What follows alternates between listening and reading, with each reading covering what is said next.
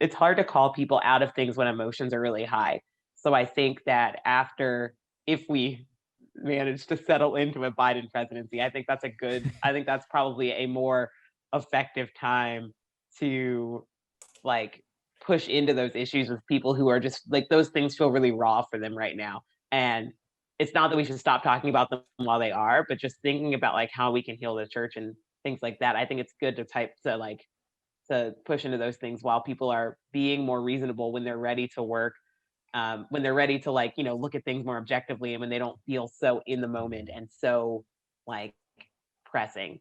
Um, and then aside from that, I think we also need to be doing things where we're building forward to build a more compelling vision than either the left or the right, because we have one. But Yes. if we're just talking about it, but we're not doing it, so I think inviting people in to whatever it is you're doing, if what you're doing is feeding the poor in your community, invite people into that. If what you're doing is taking over a block in your neighborhood for Jesus, take over that block and invite other people to take over that block with you.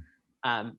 I just think that we need to be inviting people in and then also calling them out. And that should be ongoing, but also that calling people out sometimes, specifically when they already think they're in the church, like just calling people out when they're hurting and when they're like frenzied isn't necessarily the most effective. And so this is probably a really effective time for that, just like it's been a really effective time over the past few years, like within the Black community, to call people out of Christian nationalism on the left when the country is very much so not there.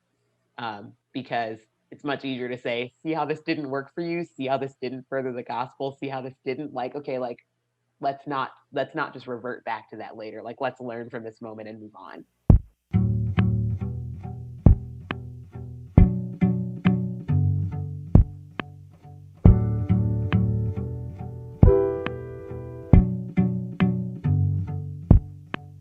When I look into the face of my enemy, I see my brother. I see my brother.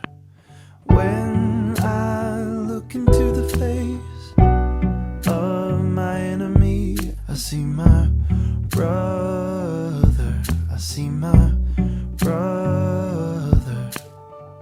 Welcome to the Third Way Podcast. This is kind of a last minute episode for me. I was not planning to record or release this episode. In fact, we have 2 in the pipeline coming yet. But in light of recent events, I thought it'd be cool to pull together some OGs and some new friends on the Third Way Podcast. So here with me, I have old timers, Asher Whitmer, my brother, Titus Kiffer. Welcome back to the Third Way Podcast. It's good to have you guys. Thank you.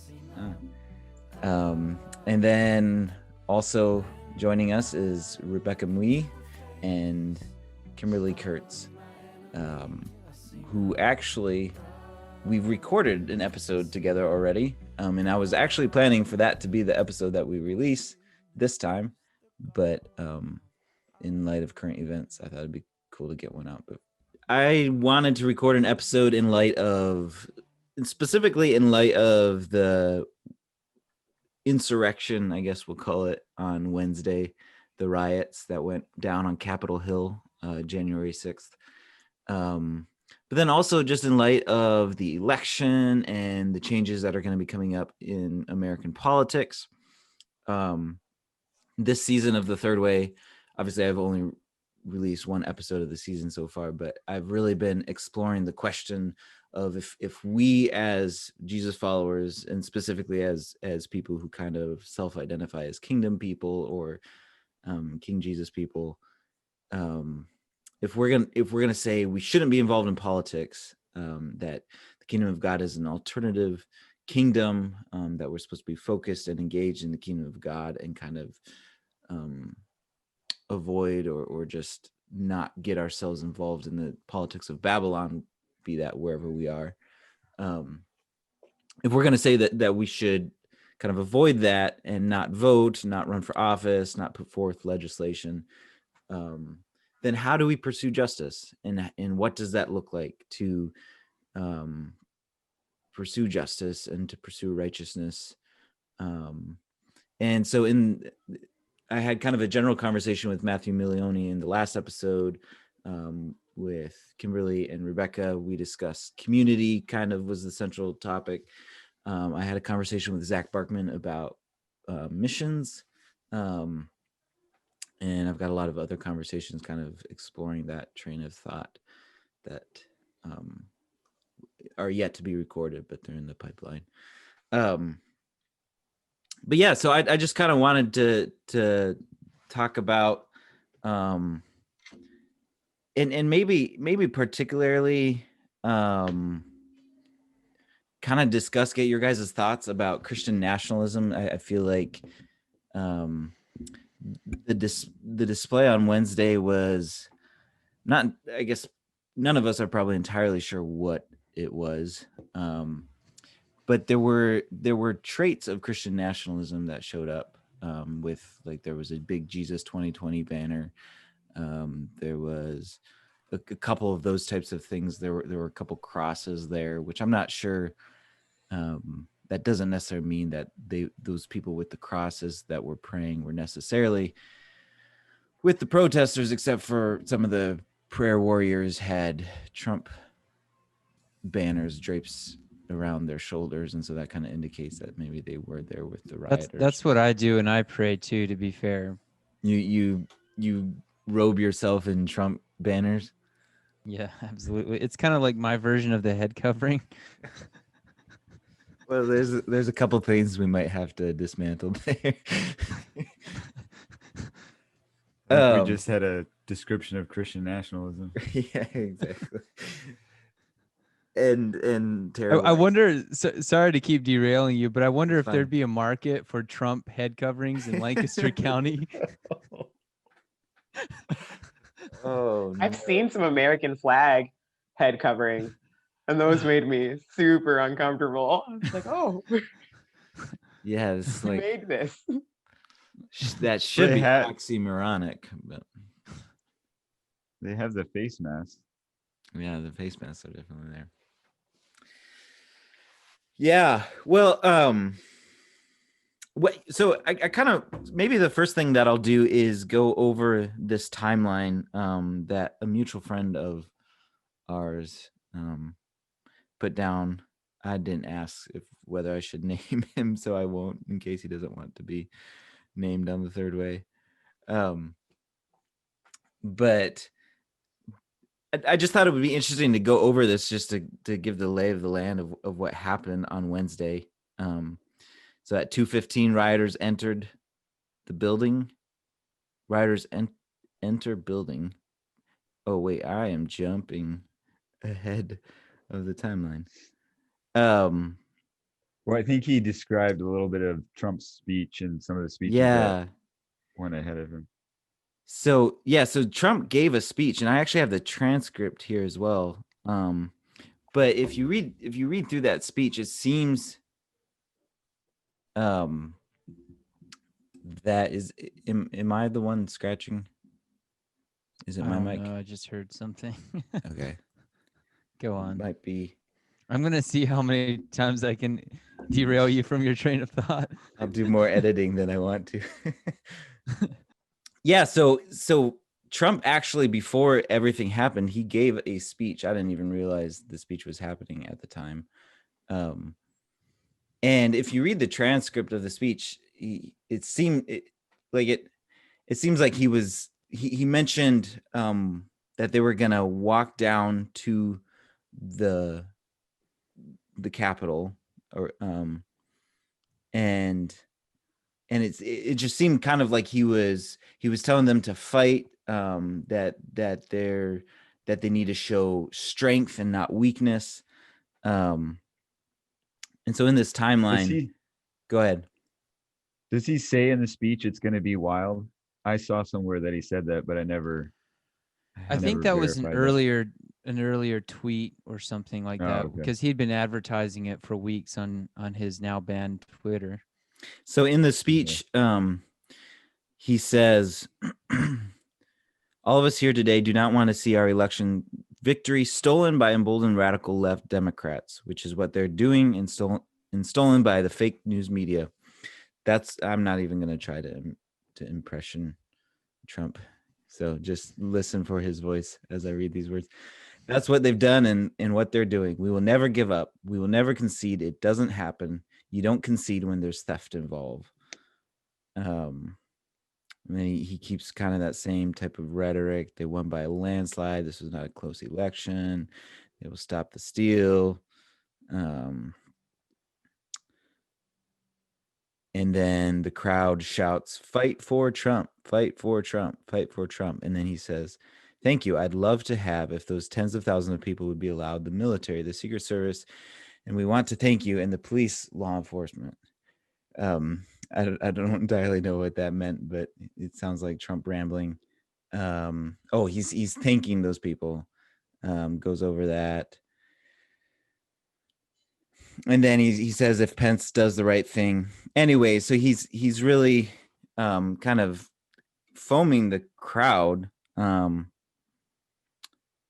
and says they're not going to stand for it. And the crowd says that they're going to fight for Trump.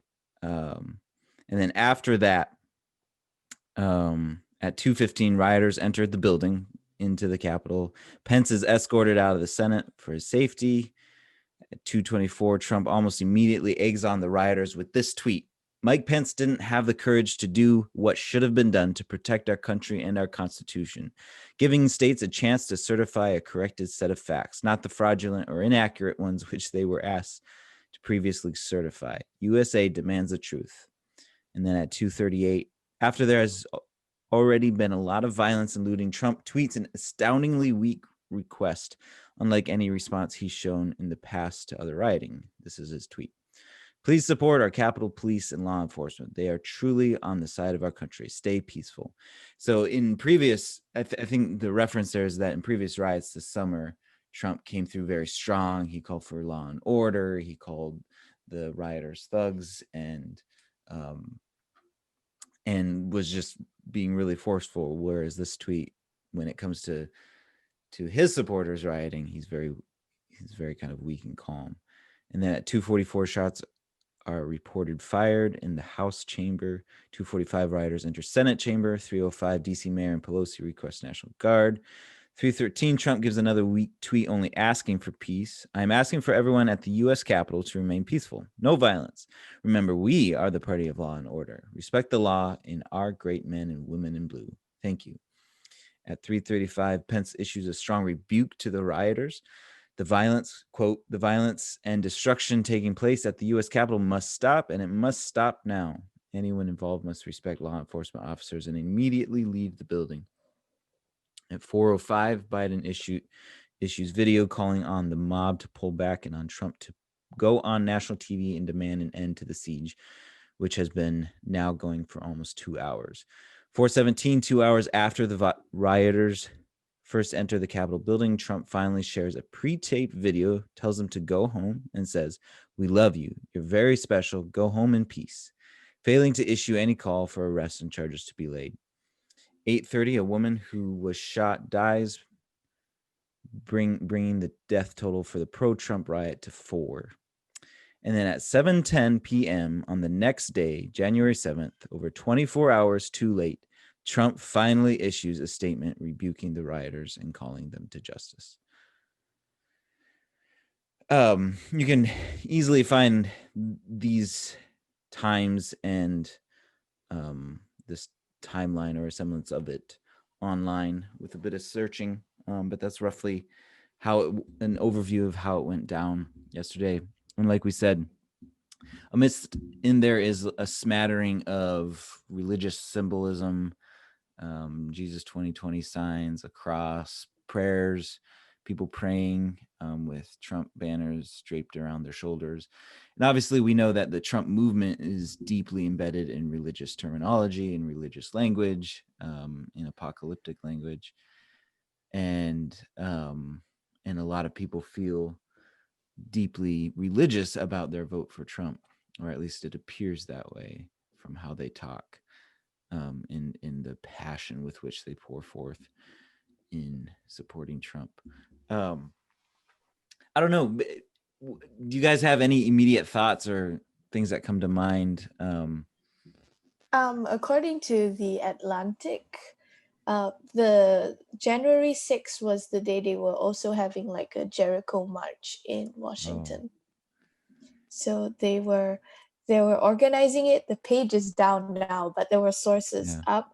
You can link the article if you want, but it says that it was pretty much like there were, I guess, Christian groups too that were planning protests and demonstrations at the same time.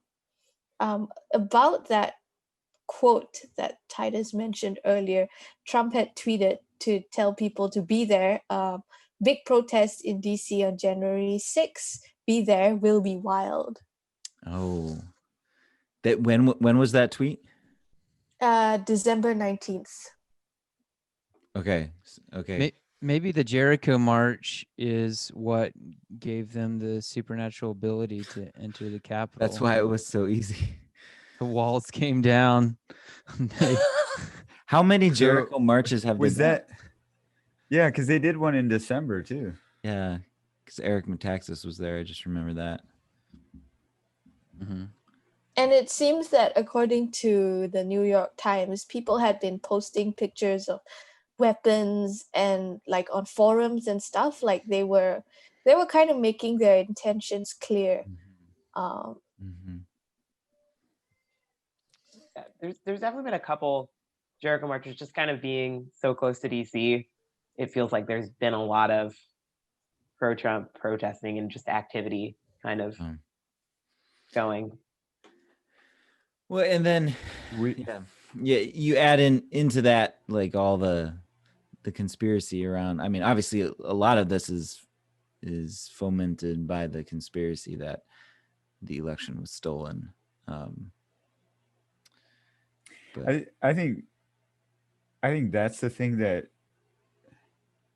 has really surprised me as I look at the week is how like these people, like I think Trump rhetoric, I don't know what Trump actually thinks. If he's just saying he was stolen because he wants back in power, or if he literally like believes it was stolen. But I think the radical QAnon people that broke into the Capitol actually believe, like there's a lot of people out there that actually believe we cannot trust the numbers about Biden and that all of this is stolen. And so that like how you view an event like Wednesday is filtered. When I kind of think through like if I actually believe that or something, it does change a lot of my perspective of it, even though I still and in all fairness, I think all of our Christian friends would condemn violence. They haven't necessarily quite to the degree, and maybe we'll get into this more, but as they did earlier this summer. But I think just the how much people actually believe it was stolen is kind of surprising to me. Yeah. I think we often use the word when we're talking about people who are not like Christian Americans. I think we often use the word radicalized, and it does seem that people have been radicalized in their views of what's been going on in the world. And so it's not really shocking that their actions would reflect that. Mm-hmm.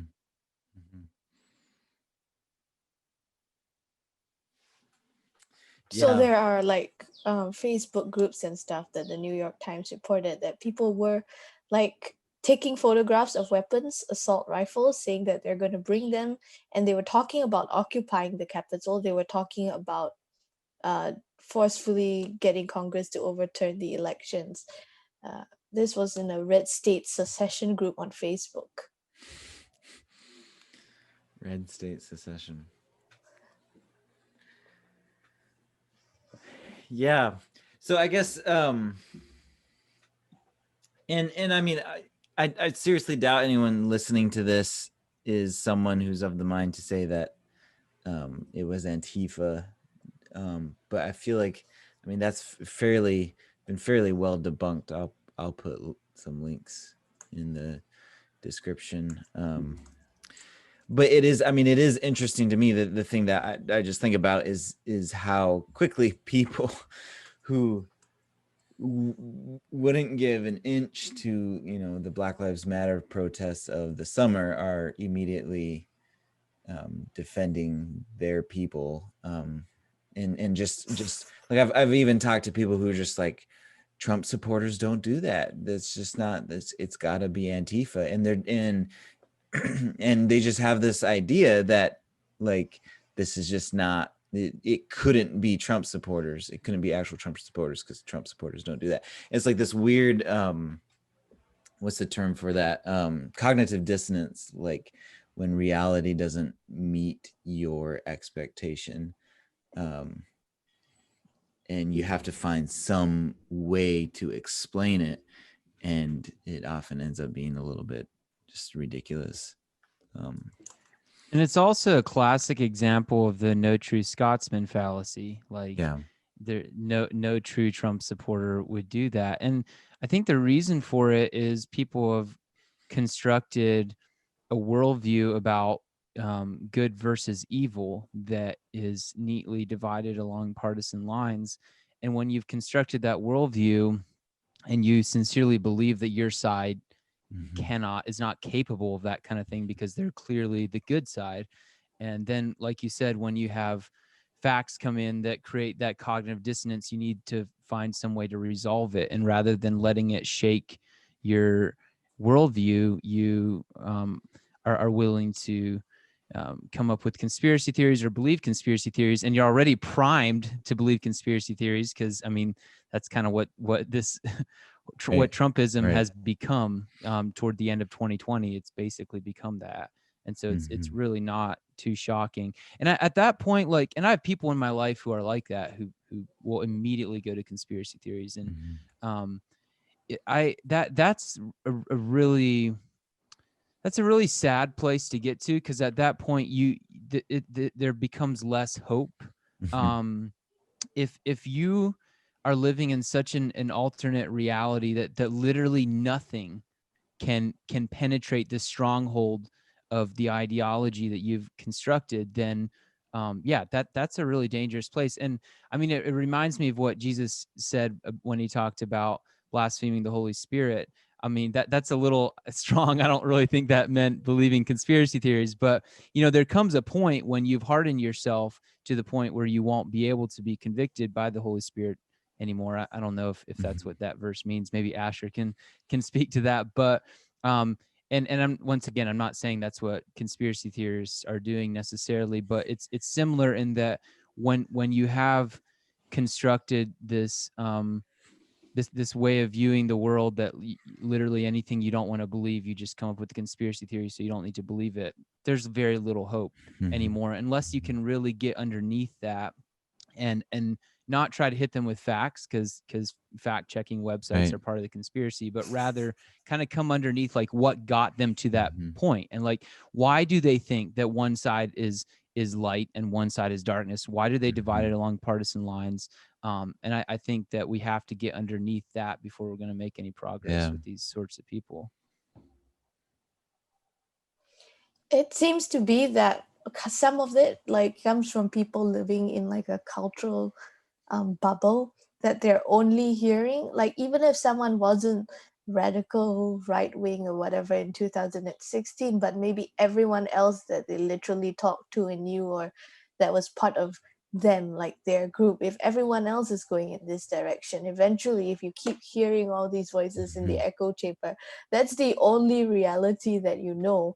And so it could be that they're just so infused in this alternative world that it happens that way. I've been intrigued by I think there's been a few different people sharing this around, but I saw Dwight Gingrich talking about it on Facebook once. But 2 Thessalonians 2:9 through 11, it talks about like the deceiver that comes, and then God gives them over to be deceived because they were just believing the deceiver instead of God. That's just kind of a summary of it. But and it is really interesting looking at our time in light of that verse, because like it does seem like people are kind of just given over into the lies. And I've got a little man behind me here, so That's all right.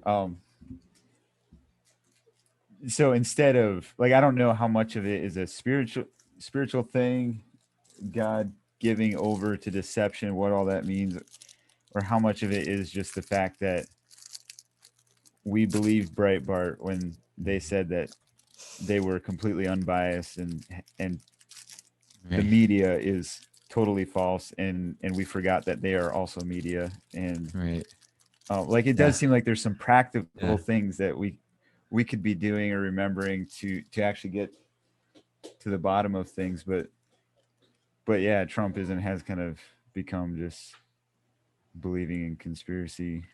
Well, and believing ultimately one man, because the moment, you know, Fox News turns around and doesn't buy into Trump's narrative, and the moment any of his cabinet members or any of his secretaries, or I mean, cabinet members, secretaries, same thing, anytime anyone on his team leaves and denounces him or whatever, they immediately, oh, they're part of the deep state. They're going to be exposed. There's going to be so many arrests. And suddenly you realize that it literally is one man that they believe. If Breitbart themselves could, which I don't even know where Breitbart is at these days, but you know, whether it used to be Fox News, it used to be Breitbart, now maybe it's Newsmax or whoever, any of those people could turn against him and they'll be part of the deep state. And I mean, that tells me that it really is, I mean, for many people, I'm not saying everyone who casts a vote for Trump, but like for many of these people, it's idolatry, and it's contrary to the gospel. It's really interesting because this is actually how the thing you're describing is actually how cults start. Because eventually you make it so that like one person can be like the arbiter of truth, and so that anything that goes against them is suddenly not truth, not based on any merits of what happened, but based on the fact that the person who is the arbiter of truth says that it's not. Yeah. I really wonder what's Trump's appeal. Like, to me, he's kind of a gross dude, the way he talks and acts. But so obviously, can I jump in there on sure. that quick? My boys are kind of sad that he lost because they think he's funny. He looks funny, and Uncle Topher sounds funny when he mimics him. Oh my! Dear, what have we done? Sorry. I'm sorry, but the Biden impression just isn't near as funny. Yeah. What were you saying, Titus? Well, yeah, I mean, I just wonder, like, why people like him. What is it about him that is really likable? And I mean, because you would think of, if you think about like the Left Behind series and Nikolai Carpathia, I mean, you would imagine, I don't know if I mispronounced his name, Tim LaHaye, but you would imagine like he's a super good-looking guy, well-spoken, charismatic. But Trump is not well-spoken. He's not kind. He's not really those things that generally people appreciate in a good leader, and he's not particularly good-looking, at least by my subjective judgments. So what is it about him? Maybe we should get a Trumpkin on here to describe what they like about their cult leader. I have a theory about why he's so likable. I think it's because he actually, I think his likability is really connected to, like, if you look at on the other side, if you look at the likability of Bernie Sanders, because he kind of because there's a whole section of people that don't feel heard, and don't feel represented, and he kind of plays to that, like, well, I don't fit into this either, and so like follow me because I have your best interests at heart, because you can see, and I think we all can see from his, like, historically, that like mainstream like Democrat, Republicans, like mainstream like political involvement doesn't necessarily lead to improvement and betterment within lives. And so people see that, and so they're looking for people who are kind of coming from outside and saying, okay, we're not part of this, we're our separate thing. And so I think he fills in like the same thing with like, you'll see like Die Hard, Bernie Sanders loses the primary and they're like, we love him anyway, be our president, even though there's no option available for that. Same thing happens with Trump, just on a larger scale, because he's had 4 years to form into that level of commitment and devotion. Yeah, I think you're. Go ahead. I'm looking up something. You can go ahead. I was just gonna say, I think that's exactly right. I had the privilege or the ability to sit in on a focus group where we, I'm trying to find those notes now too, where we just asked. It was just conservative Anabaptists who supported Trump, whether they voted for him or not, who just were in favor of him, and just to hear their responses. And I would say that was a common theme. What Kimberly just described was probably the most common theme that came through of the one focus group that I sat in. I think there was 6 or maybe just 4 people in that. I think it was 6 by the end of the evening. It was a couple hours long and different people popped in and out. And just the feeling disenfranchised, like how disenfranchised people feel, which I agree. Like I see that. It's difficult for me to identify with that because I know people and I live among people who feel disenfranchised by Trump himself. And so it's an interesting dynamic, but I think that is the middle class folk of America, for the most part, have been disenfranchised, and I think that's a huge part of the draw. I guess the thing I wonder though is, have the middle, how has the middle class been disenfranchised?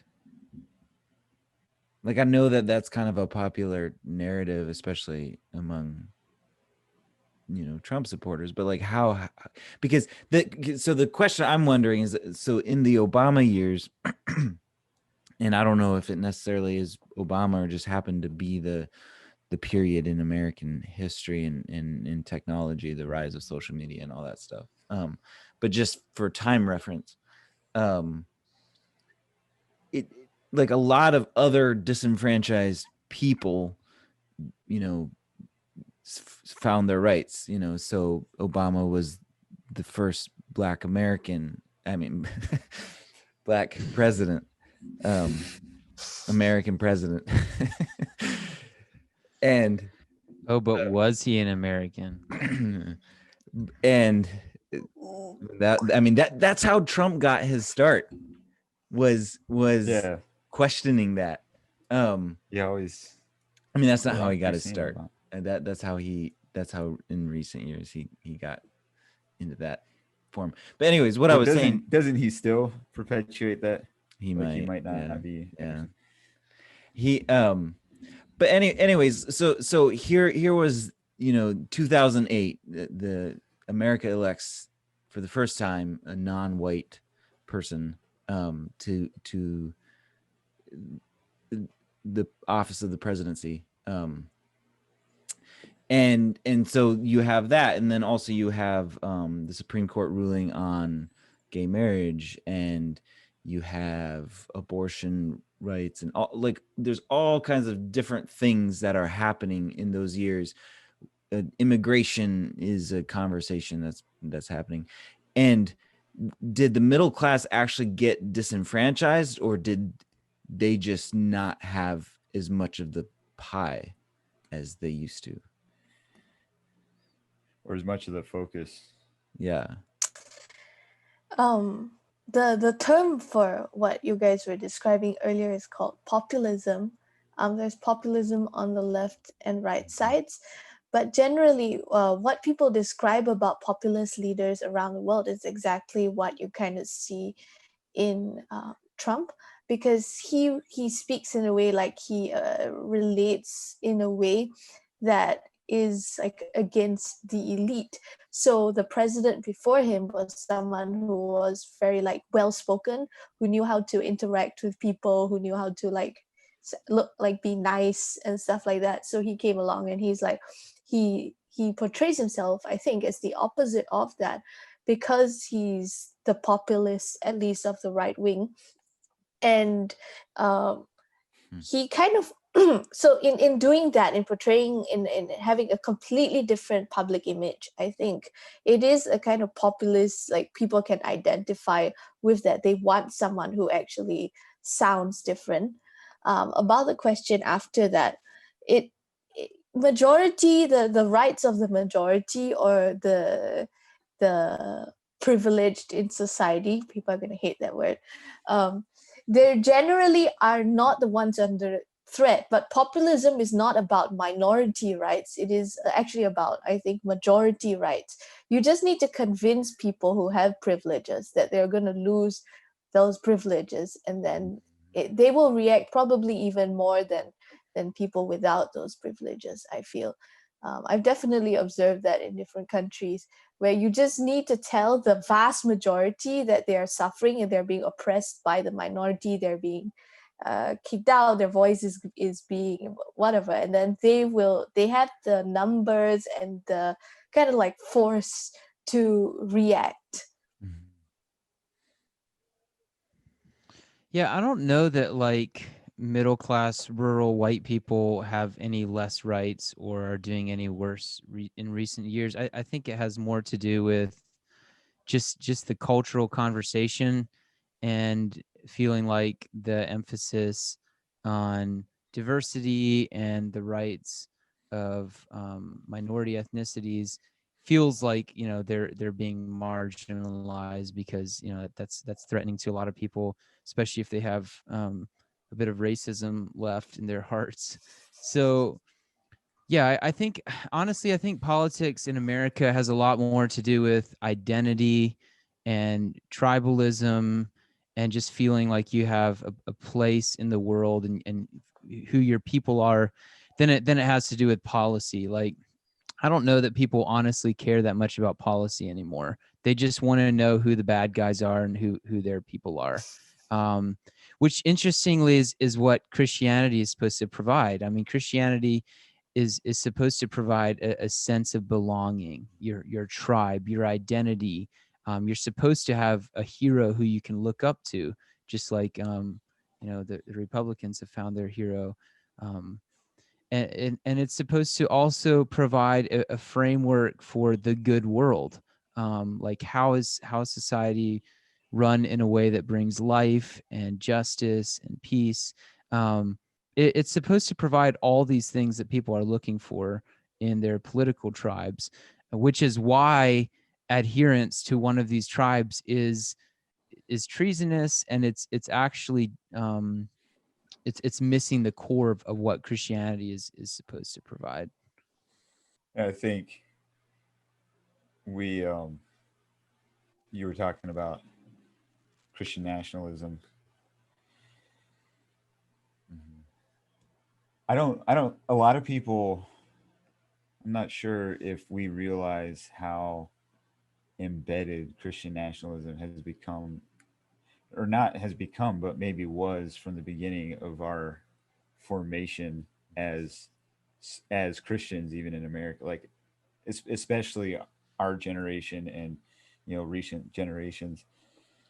But obviously, I mean, even the beginnings of America was so intertwined with Christianity and the Christianization of of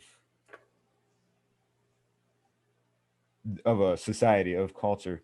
And I think something that's interesting to me in our political time right now is just how there is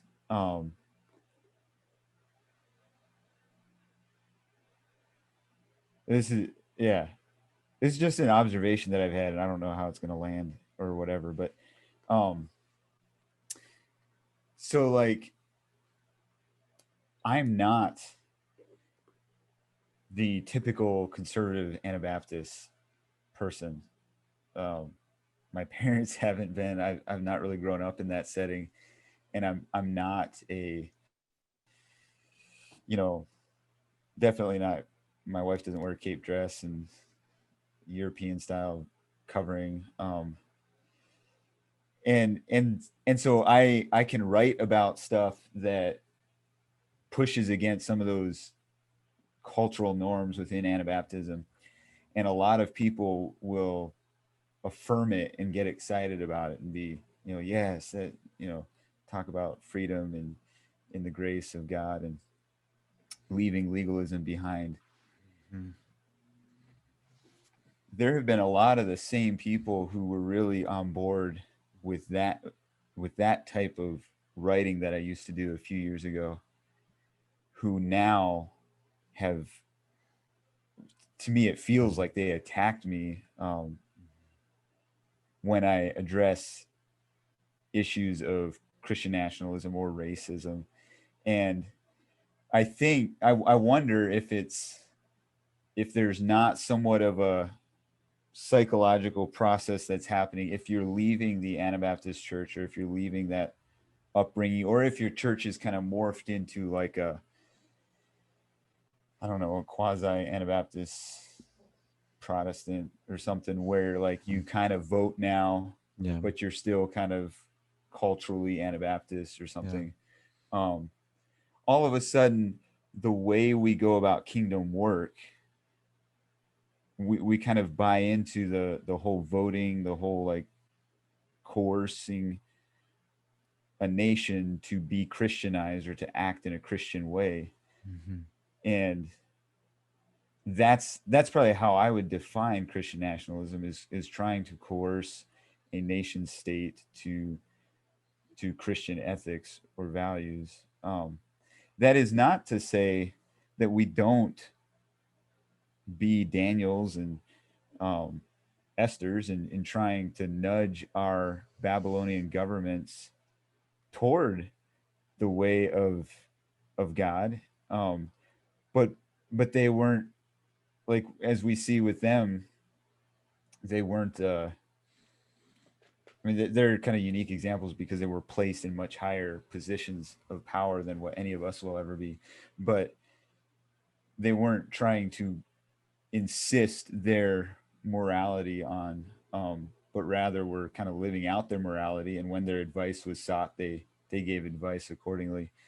And so, like, I definitely believe that the kingdom of God has direct effect on societies here on earth. Like, it's not to say the kingdom of God is to say I don't vote is not to say like I don't try to influence, nudge, appeal to, be an ambassador for kingdom ethics and God's design.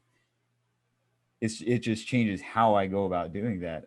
And I don't even, like, for me personally, Titus is gonna execute, or not execute, excommunicate me. The way he threatens Drew on That Jesus Podcast.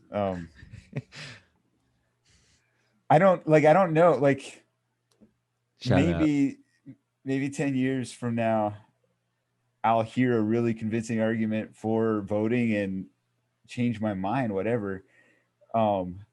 My biggest thing with voting is that it seems to have an effect on the people who rely on that. And what I want to stay focused on is, I'm going to say, discipleship. I do feel that has a very narrow, like many people have a very narrow perspective of what that looks like, but discipleship that is actually like sharing the gospel and then showing what that looks like fleshed out in community relationships, in business, in the way that we govern ourselves as well, caring for the poor, caring for the orphan. And so, like, Christianity does touch that, does have a say, like, we want to influence that, but the going about doing it by coercive means and also this sense that like we're going to lose Christianity, or like America is no longer going to be Christian. We're not going to be able to practice our Christian values. Yeah. That reeks with Christian nationalism, in my opinion. Yeah. It's interesting you mentioned how sort of the further theologically to the left you go within conservative Anabaptism. Think that one through. The more you get into Christian nationalism, and that's absolutely right. It's something I've been observing. So, for example, my dad, who is a conservative beachy, cannot understand why any Christian would support Trump. Like, he does not get it. And a lot of conservative Anabaptists are like that as well. Not all of them. We saw a lot of Amish supporters of Trump, so it's definitely in there as well. But the more hardcore ones seem to be, in BMA or slightly to the left of BMA type churches. And I do think it is true that like once you lose that identity of being a conservative Anabaptist, you need to kind of find it somewhere else. Mm-hmm. And evangelicalism is generally where you go, and then that just is part of the package. So people who are not necessarily as conservative theologically within the Anabaptist world, but are also not politically to the right, it is a minority of people, but I think it's a rising minority. I think there's a lot of young people who aren't down with the political right who are within these circles. So yeah, hopefully it won't continue too long into the future. From what people tell me, it seems like yesterday I was having a conversation with some ladies, and somebody was telling me, I said, well, there must be an embedded theology about this and that in that Mennonite background church, and they're like, nah, we don't have a theology of anything. That's like the explicit theology is less present, that's people tell me. So the kind of like kingdom-ish theology, the idea that Jesus is king, they are not supposed to, it's kind of like, people tell me, it's sort of like diluted over time until it's become tied to culture. It becomes tied to a way of living that encompasses all these things, the 7 ordinances plus non-resistance plus, so it's like a cultural package. And when people start to leave one or two of those things, then they tend to abandon the rest. Now, I'm an outside observer, but that's what a lot of people within there do tell me. So it's like, it's kingdom-ish because it's not really a kingdom conviction or a kingdom theology. It's like it's so then when people leave and then they start being open-minded to other voices and to interacting with other Christians, then they start listening to things like, that's how you have certain sites that are like slightly more like reformed-ish Anabaptists or stuff like that, because they're starting to listen to other voices. But who is providing the voices? We know that the Christian culture, the hegemony is nationalistic, is the evangelical push. So there are not enough, or maybe people are not finding people who have like a kingdom theology and who promote it outside of the enmeshed Anabaptist kind of framework of it. Is this a lead up to advertising for the Kingdom Outpost? All roads lead there for Rebecca.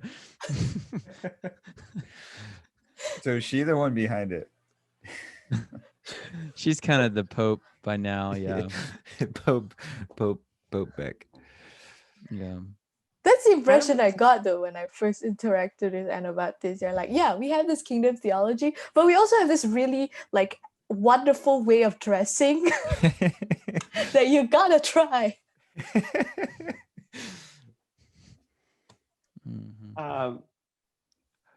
One of the things that I was thinking while Rebecca was talking was about that. So this came up also when I was Catholic.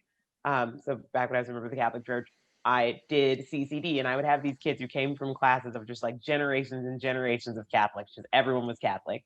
And we would go over like basics of the faith, and they would just be like, what is, and I was always so confused. And then these parents would be very confused when their kids would leave, and basically people would come back to the church when they had kids, but it's for cultural reasons that they would come back. And I see a lot of those same things because people have this idea that faith is caught, not taught. And there's something to be said about that, but faith is caught and taught. And so when you have like a culture that surrounds your faith, it can kind of obscure it because you can catch the culture without catching the faith. And faith is something that does need to be taught. And so I feel like a lot of people, specifically coming out of conservative Anabaptist backgrounds, have caught some things, but they were never explicitly taught like why they do things or why or what it means to be two kingdoms and what is that and what is like, because you can't just be taught what you don't do. Right. If you're only taught what you don't do, that's not going to carry you through. You have to be taught not only what you don't do, but what you don't do so that you can do more. Because if that's where it stops, like if it's only negative space, you're going to fill that with something. And for a lot of people, that's Christian nationalism, because that's something you can do. You can go storm the Capitol when things don't go the way you think they should, because you're doing something. And generally, people want to be doing something.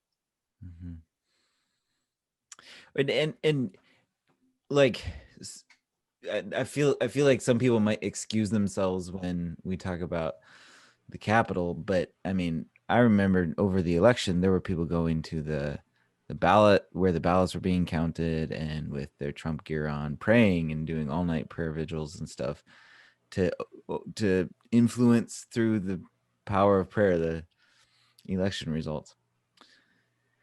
And there is something to be said about, the Bible does say to pray that we could live peaceable lives. Like we could live peaceful lives in the land.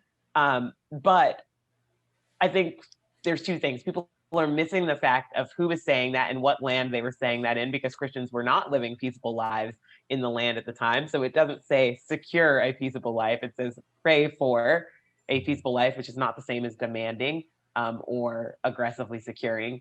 And also that even if you don't live a peaceable life, that it's not going to be the end of everything. I think people have like tied up this idea of Christianity and what it means to follow Christ into Christendom.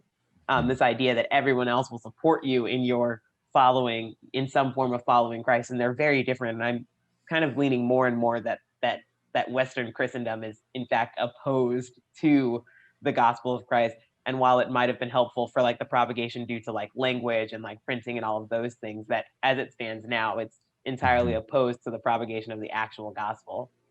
Burn it all down.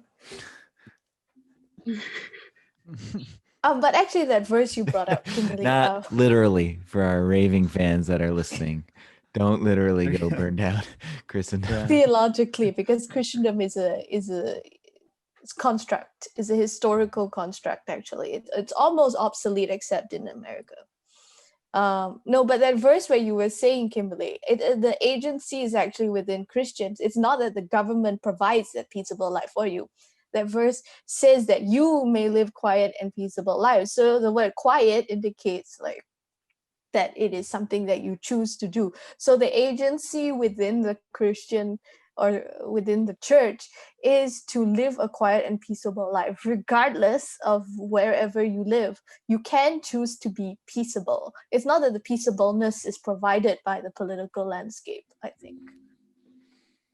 I mean, so to push back almost against myself, also you, at the same time, there is something to be said about the fact that we really should be praying earnestly for a political and cultural situation that allows the gospel to be heard, because there's places that's not the case, and so that should be our earnest prayer, not only for us but for Christians everywhere, because there is something to be said about living in generally structured places that allows for the gospel to be heard, because I think there's also places where people aren't dying for like they're not even they're not dying for persecution for the gospel. They're just dying because it's like lawless and people are just killing people because they want to.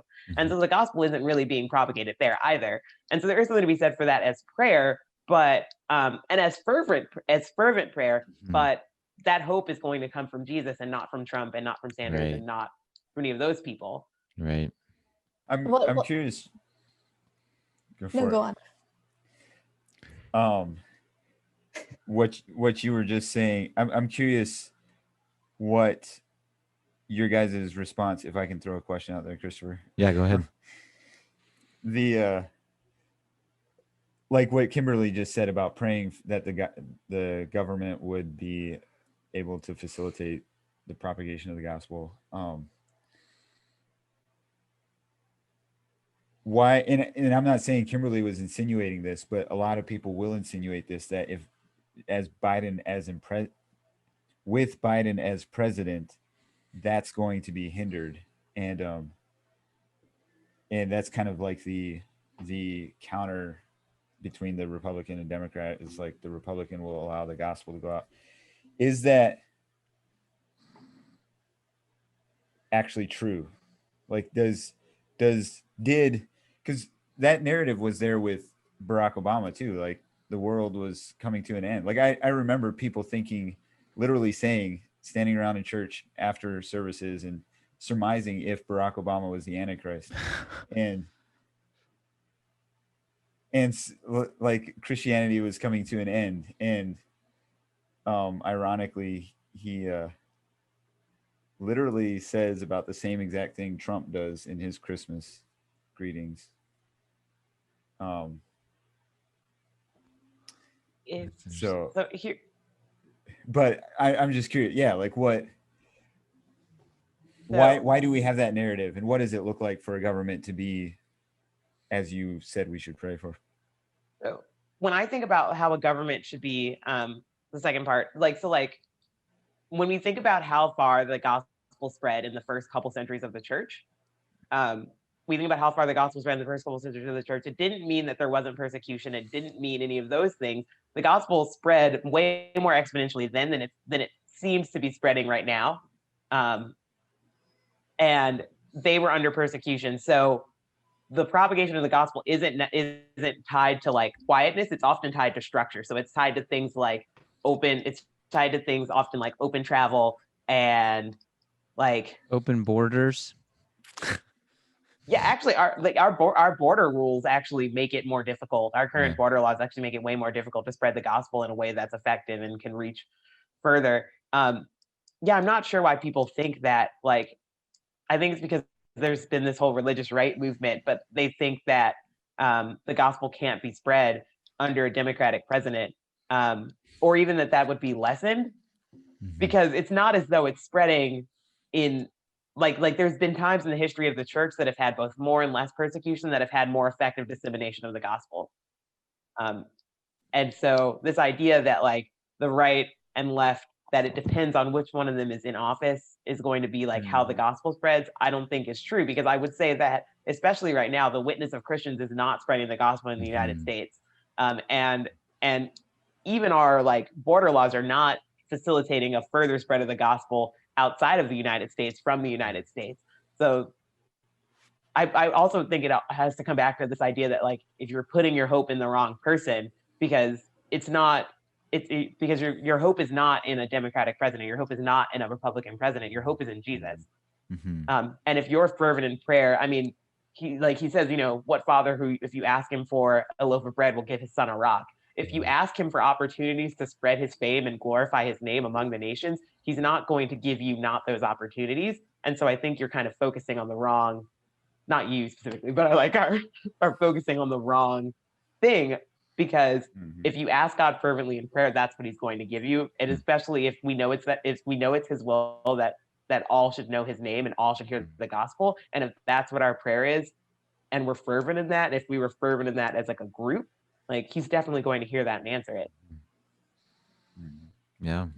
And with what you were talking about, Asher, like I had a friend recently send me a voice memo on WhatsApp talking about how disappointed he is with the way everything turned out, and it can almost drive you to despair, and you just kind of got to be like, well, the end of the world is coming, which I wonder, like, how many Democratic presidents are you going to live through before you stop believing that? Because we had 8 years of Obama, and Joe Biden is an old white moderate who was Obama's vice president. Like at what point are you like, okay, my prediction failed this many times, this many Right. Democratic presidents were not the Antichrist, and when are you going to abandon that? It's insane to me.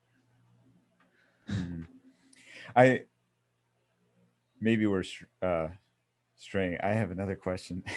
Go ahead. But I think I interrupted Rebecca a while back. So No, I was just thinking about the whole framework of the Christian realism that underlies a lot of political theology in America. So Christian realism by Niebuhr actually frames it a little bit the way Kimberly frames it, but differently. I'm not saying Kimberly falls in that camp at all. The idea is that Niebuhr's whole idea is that democracy is the form of government that is the most conducive to the gospel, that provides the best environment for Christians, and that democracy, like the way that America has it, should be spread to the rest of the world. And that is actually underlying a lot of Christian political leaders in America as well. I think Obama is a Christian realist. It's both on the left and right sides. But the Christian realist framework is one that frames the idea that you have to, you kind of need to, not that you have to, but you kind of should like have a government that is as conducive to Christianity as possible, and that is necessary for Christians to function. And that kind of is part of the reasoning behind a lot of the evangelical push to have Christians in power, and it's supposedly for the spread of the gospel. It's supposedly but it doesn't. I mean, it doesn't really work out that way. Right.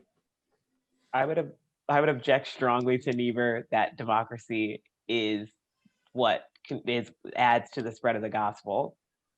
Mostly because I think its presence and the way that it's usually framed when presented to a populace distracts those same people from the gospel. Yeah. And so I don't think it actually is the most conducive form of government. And I think some people are more committed to protecting democracy than they are to proclaiming Jesus. Yeah.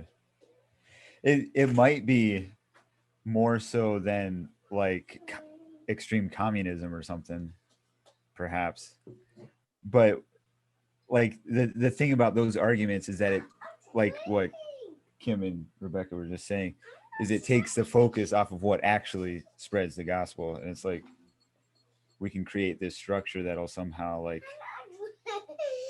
sorry, continue the conversation. Is he laughing about Trump or something? If you ever heard a Christian talk about the lesser evil, about how we need to support the lesser evil, that's Niebuhr.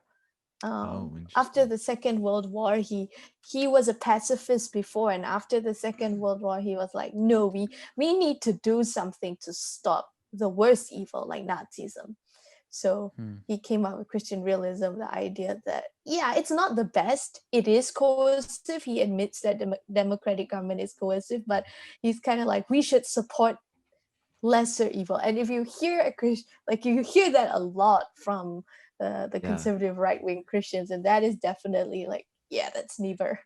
So they may not the have thing ever is, heard of the guy. if a room is dark, the solution is nobody ever says, hey, could you bring us some less dark?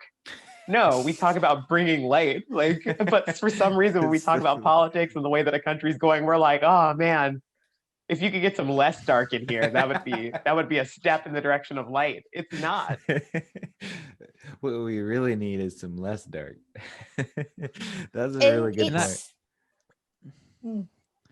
I honestly don't think that a lot of those people were just voting for the lesser of two evils, because if that was the case, when the Supreme Court justices that you apparently were voting for the lesser of two evils for turn down Trump's case for a rigged election, then you would go with the Supreme Court justices, or you would go with Pence when Pence seems to be have broken with Trump. Now, I do have one friend who genuinely like has been kind of doing that, but he's very much the exception. I think maybe it could have started that way, but it quickly became like Trump literally is light. He's not just the less dark. I saw an argument online that someone, not even an argument, like someone's presentation, it wasn't even their response to an objection. They said, they were like, it's a battle against good and evil, against light and dark, and that framework. And I 100% was just, I kept praying that it would turn by the end to be like, it's about Jesus versus literally anything else. And it was like, yeah, and this is why we have to get involved and support Trump, because this is a battle against light and darkness. And if that's not just like a pure idolatry, I don't know what that would look like in our society. I think sometimes we think idolatry is going to be like, we're going to bring in some foreign statue and we're going to bow down to it, because the idea of idolatry in the Old Testament is so like foreign to us, because that's not the cultural situation we're in. But even just thinking about like when the Israelites had the golden calf, I mean, like they were promised a land of milk and honey. Cows bring milk. They even thanked it for bringing them from the promised land. They didn't just cast aside the Lord. They turned slightly to something that would be more tangible, where they could say like, hey, this thing brought us out. Look, milk, honey, like all of these things. And for some reason, we think we're so above that to fall into idolatry, we'd have to bring in some other golden statue from some other culture and then worship it, when we are 100% like super infected with idolatry within the church right now. Because Like Christmas pagans trees, for are example. overseas. Pagans are all the non-white people who are overseas. Right. Yeah. No, can I lob a question out here? Yeah, go ahead. Or are you trying to wrap it up so you can No. get to yours? Oh, sorry. You're gonna edit that out. I'll just bleep it. Man, that was a bad cuss word. I'm surprised Asher. You must be related to Chris. When I get passionate about things, I can't help myself. Man, people will use that against you, Asher. I'm sorry. It had a useful function. Now I forgot what we were talking. What did Kimberly just say? The real question is, what did Asher just say? Idolatry in Israel. Yes. Oh no. Is Rebecca's the non-white people overseas? How much? Like, has this year has felt really tumultuous, like just disrupted our world. At least that's the narrative that goes around, and it has. But I'm curious if it really has for everyone, or if it's just white, middle class, maybe specifically millennial people. We've been forced to confront things that we've taken for granted as, here's the word again, but privileges, that a lot of even other ethnicities here in America or the rest of the world would not be as, like, it's everyday life for them, and so it's not like they've had such a disruption. Now, obviously, the experience of COVID across the globe is probably been much worse in countries that have depended on America or other countries for food imports and stuff. And but I'm thinking more specifically the racial tensions that we've experienced, the race riots in the summer, and then even just the political landscape. Like, there's a lot of anxiety. I think it was Barna or Pew did a study a month or so ago about the anxiety level of millennials, evangelical millennials, and it was extremely high. I don't have it right in front of me, but I was listening, where I heard about it is I was listening to the Holy Post podcast evaluate the study. And so they were comparing to their growing up years and when they were young adults and stuff, and how it wasn't that way. And so I was just curious. And then a friend from church made this comment, and I kind of resonate with it, that maybe it hasn't so much disrupted the whole world, but specifically white millennials or white middle class people in America.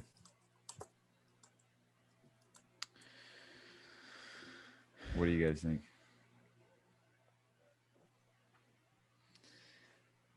Yeah, We're waiting on the non-white people to answer. I can't answer for the millennial part because I'm in the millennial category. So, but no, I feel like this has been like probably one of the roughest years politically. I feel like people have really just been coming out of the woodwork with just so many racist things, and that like racial tensions have been really high, which I don't know.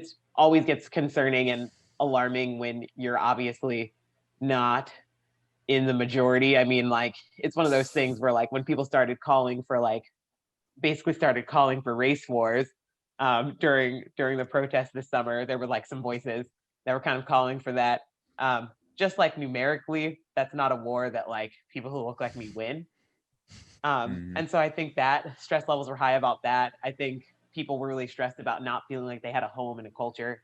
Well, I mean, like, people feel like they had a culture. It wasn't like they felt like they didn't, but just felt like it had been made very clear that they weren't necessarily very welcome unless they were willing to be whiter. And I think for me, that distress kind of came when those voices started coming from the church. That was kind of distressing, that people were kind of identifying with those voices. I think talking to my friends, like my American millennial friends who are not white, they are just as stressed as if not more stressed, I think, than like my friends who are white.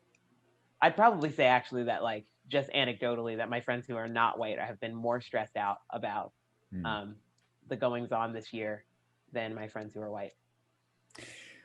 I should clarify my question. Go ahead. I was gonna, like, the sense of like the world is ending kind of thing. Well, I was just going to say that it's probably very different reasons that they're stressed, maybe.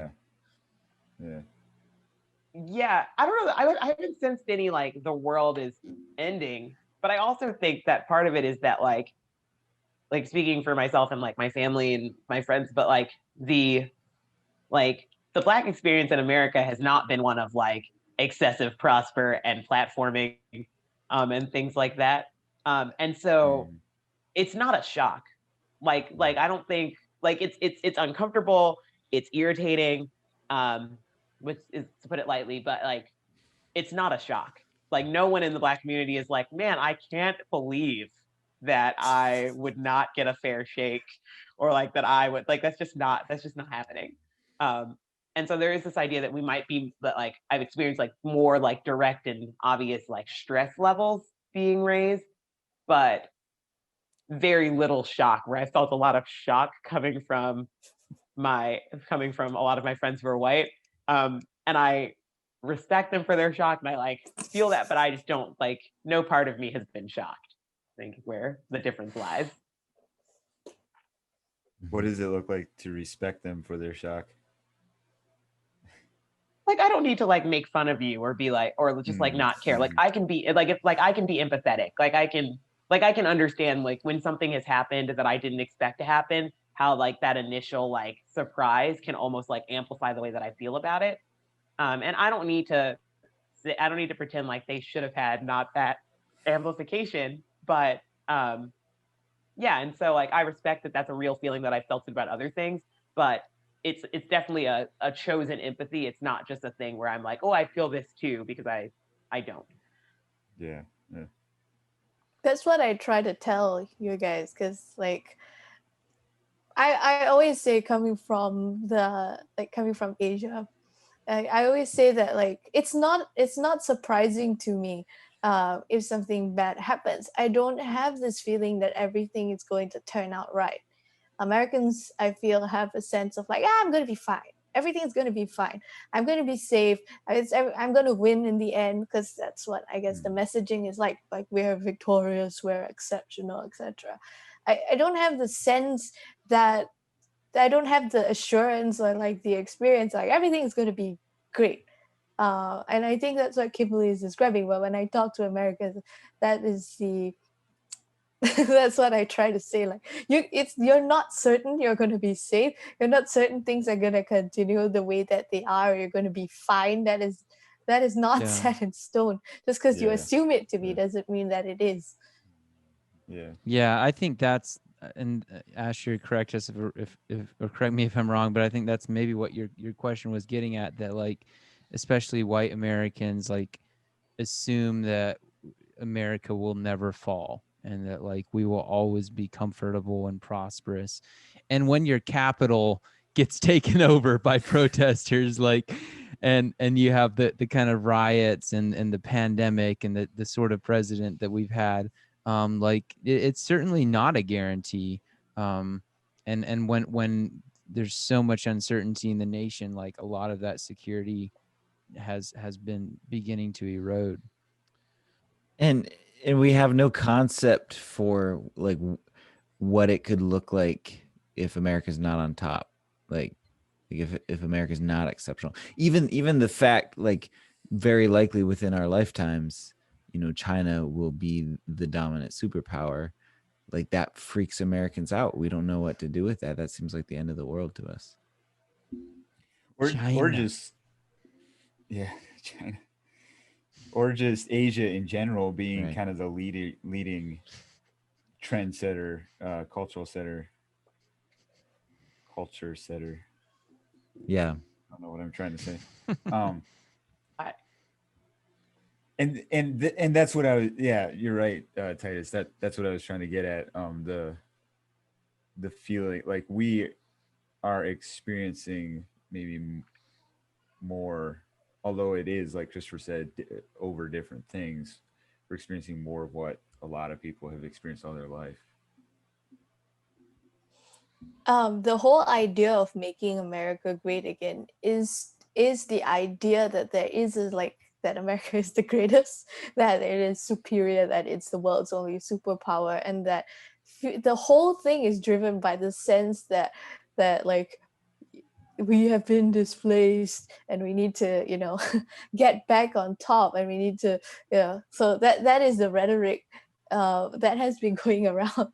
So it is kind of like because of the way things were after the Second World War, and there was like America emerged as the world superpower, that kind of like seeing that there, like you look behind you and there are other people running that race to the top and they're getting closer can be like, oh, that's a little bit uncomfortable for, I guess.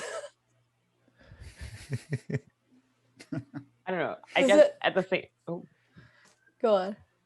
At the same time, I also, like, in some ways I understand it. I think we should all fight against that, but like as a feeling within ourselves personally. But at the same time, it's like, so like the protest on Wednesday, and the whole Capitol thing, like that was really close by for me. Like it was like, it just was physically close by. Like I encountered, like, you know, people were on the trains near me. Like it was close by. And so I think, yeah, even that feeling is like a feeling that you have to like actively give over to the Lord a lot of times, because I think I was like, oh, like, you know, they showed it on TV and I was like, oh, there's a lot more people there than I thought would be there. Hundreds of thousands. I was like, according to Trump. Yeah, I was like, there are stones throw from me, and that's concerning. Like the idea that like some like unrest siege coup thing, and that's not really what it ended up turning into. It just ended up basically being like a group tantrum. But like that idea that like there would be a siege and a coup and that it would start down the street, that was a little scary for me, especially like in the beginning of the day before like it started to be clear that it was going to break apart. And yeah, so I think we all have that. I think the issue is how do we respond to it, and how do we allow it to like decide our next moves? Yeah. Let's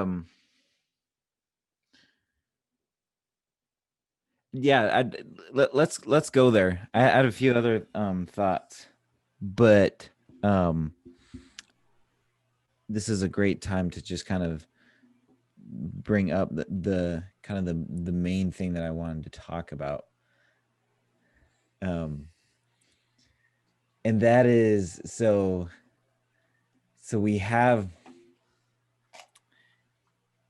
I feel like 2016 was potentially could go down as like one of the most significant years in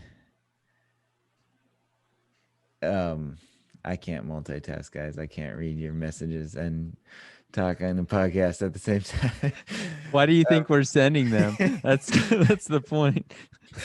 I am no. So I think 2016 was a really watershed moment, for good or ill. And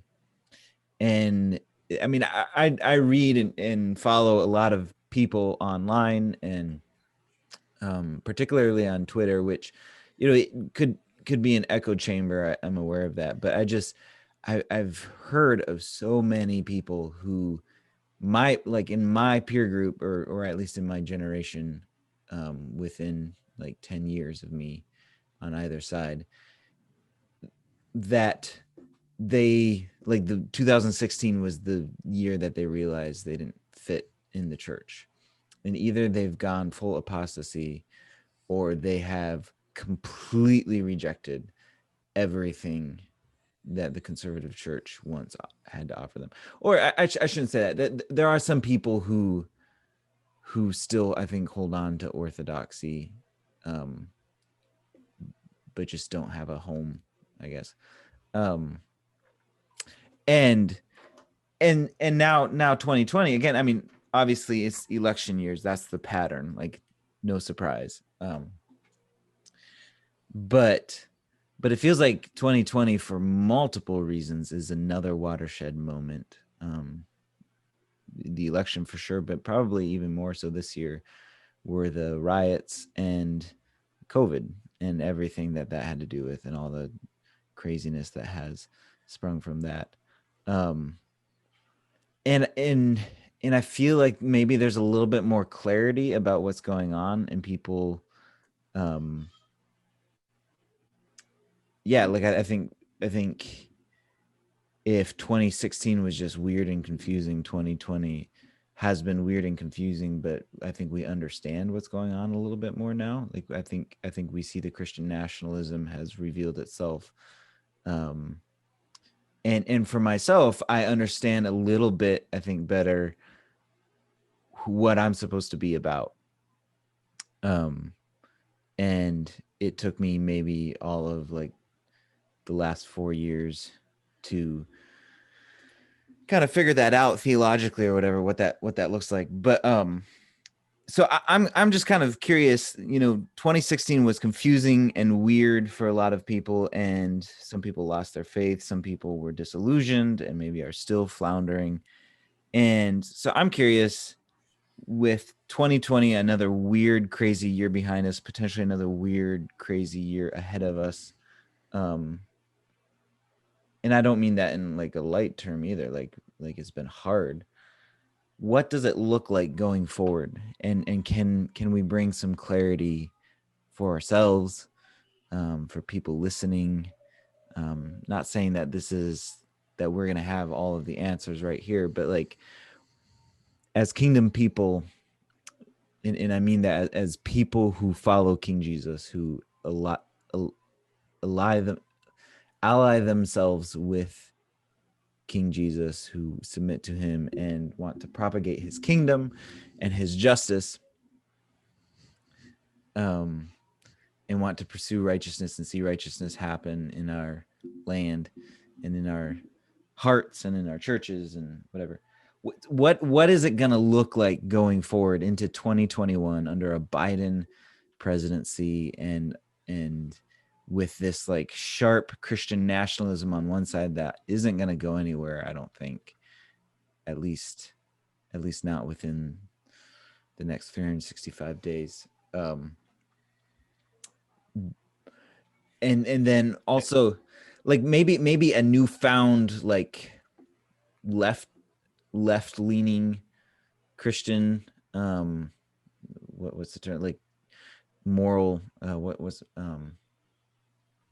not a moral minority, but yeah, like the opposite of the Christian nationalism or whatever, like maybe like a left. Well, what is it? Yeah, go ahead, Asher. Well, I was just gonna say, like, there is Christian nationalism on the left as well. Yeah. I used the wrong words there. So you have the Christian nationalism, socialism. Yes. No, like you've had like the right moral majority, like there's a I think there's a growing left version of that where we're still looking to politics for solutions. And personally, I mean maybe it's just because maybe because I lean left. I don't know. I don't like to admit that because people use that as ammo against me, but it's a little bit more compelling, in my opinion, the left politics, from a Christian perspective. We can cancel you now. Yeah, go ahead and cancel. I'm just being honest. Like, I'm not saying that, but like it is more compelling for me, and it's more interesting, and it more feels like it aligns more with my belief systems, to care about the poor and to, and I'm not saying that I don't care about abortion, but yeah, I've regurgitated my question several times now. What does it look like? What is it going to look like? What should we be doing? What should we be strategizing for? What should we be preparing for, keeping in mind, or whatever? What are your guys' thoughts?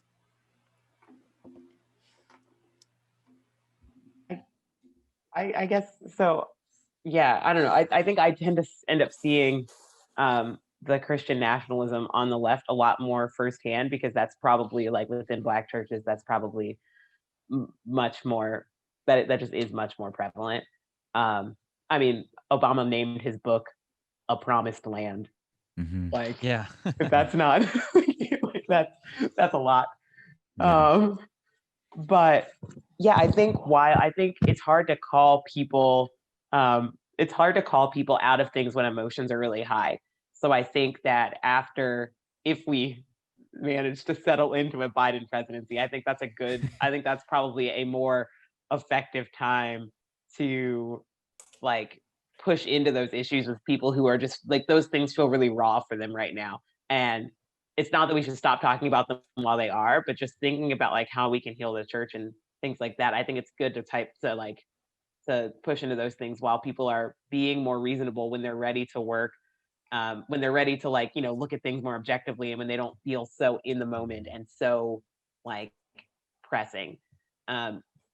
And then aside from that, I think we also need to be doing things where we're building forward to build a more compelling vision than either the left or the right, because we have one. Yes. But if we're just talking about it, but we're not doing it, so I think inviting people in to whatever it is you're doing, if what you're doing is feeding the poor in your community, invite people into that. If what you're doing is taking over a block in your neighborhood for Jesus, take over that block and invite other people to take over that block with you.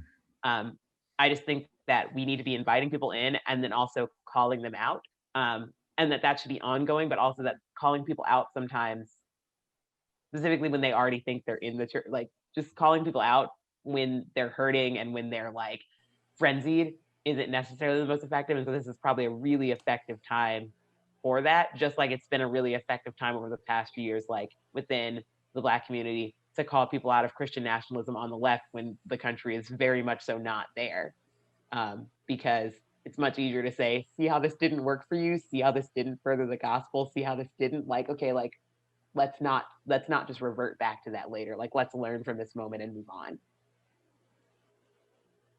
I think for me, one of my goals is to stop caring so much about politics and stop following it so much. And maybe this is heresy for the third way, but recently I was working with someone and I asked him if he knows who the vice president of the United States is, and he didn't know. He didn't know who Mike Pence was. And I was just so refreshed and impressed by that ignorance. Because there's this really weird thing, and we don't need to go here. This isn't my show if you don't want to, but there's this really weird thing where we are swept up into the chaos and the madness and the fighting just as much, and with a lot of the times sort of the same spirit as people who are engaged politically on the left and the right. We just do it from a Kingdom Anabaptist perspective. Like, our whole spiel is, you shouldn't be on the left or the right. Jesus is king, and which is true, and it's important, and I think it needs to be heard. But it's if that becomes like the center of our faith and our messaging, then I think we've been swept into it in a wrong way as well, even if we're promoting a kingdom worldview within the political space. I think it's necessary to do that, but then to move on and to move into what is really important.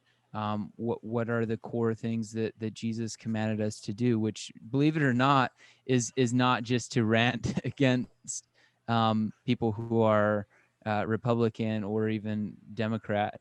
And yes, Rebecca is pointing out the 6 points of what I call mere devotion. So, but I've spoken about that elsewhere, so we'll let that one lie with that tantalizing tease. Go check out That Jesus Podcast. Available wherever podcasts are found. I really like that, Titus. One of the things that I struggle with is that, and this this is probably partly because I'm in biblical studies right now, but like, we've had such visceral events happen in the last year, and there's been very little within conservative Anabaptists or kingdom Christian churches. There's been very little like biblical response to that, or how do we think Christianly about it? And so it's one of my burdens, especially like something I would love to see for us in our local church, is to like look at what does Scripture say about some of these things. But that's hard to do because so much is embedded and wedded as like political issues. And so it, like, I agree, sometimes it feels like we just end up getting caught up in the same emotional response that someone who is very politically invested would. And the call to move on, like, I forget how you worded it exactly, but like, give a response and then move on. Like, life is literally is much bigger than America, much bigger than our sense of safety, much bigger than who is president, whether or not we're getting $2,000 in stimulus money or $600 in stimulus money. Like, as stressful as each of those things are to our experience in this life, there is something that we can point people to that is much more that transcends all of this, and is, like Kimberly says, is much more beautiful, the way of Jesus. And I think, as far as like what are practical responses,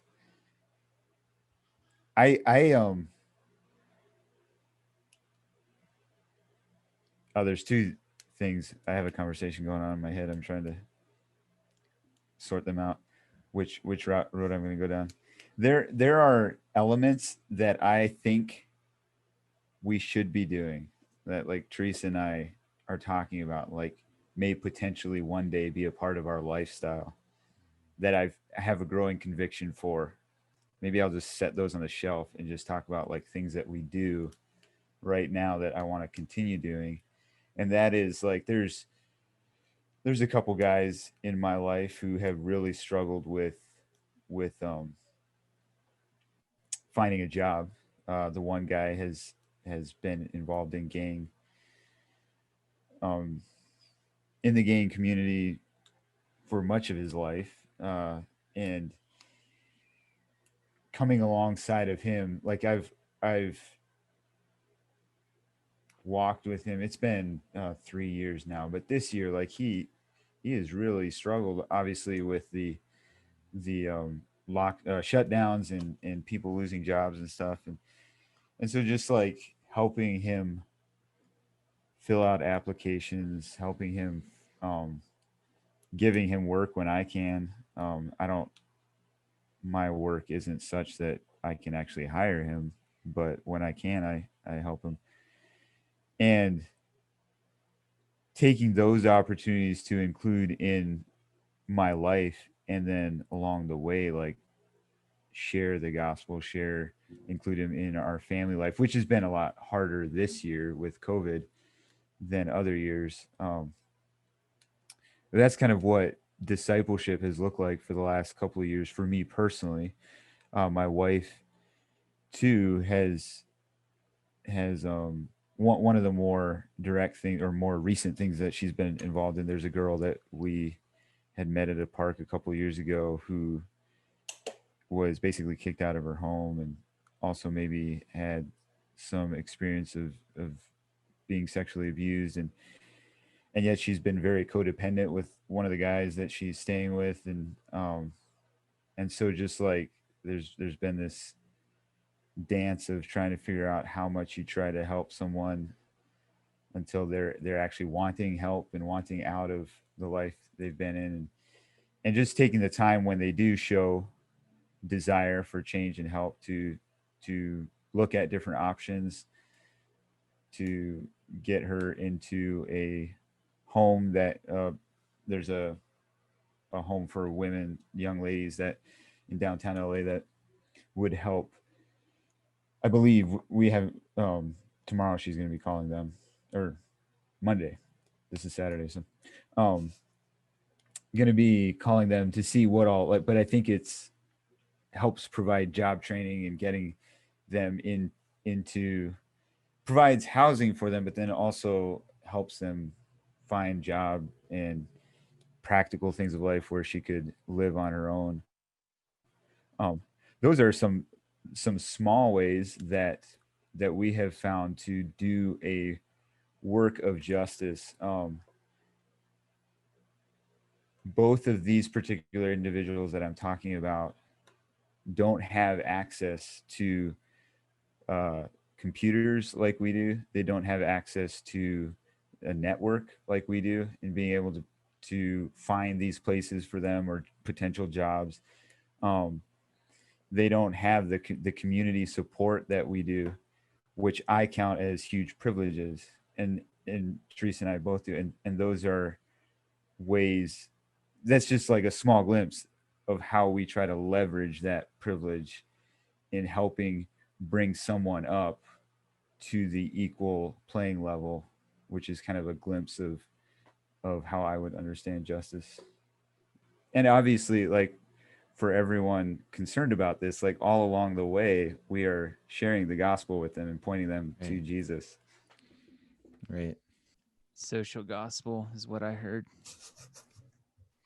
And maybe like, and this is part of what I want to do on the podcast as well, but like maybe as much as anything, we need to define what justice is and what the gospel is. Can I give a plug? Yeah, go ahead. Well, I think you all saw the warning about the SoCal gospel.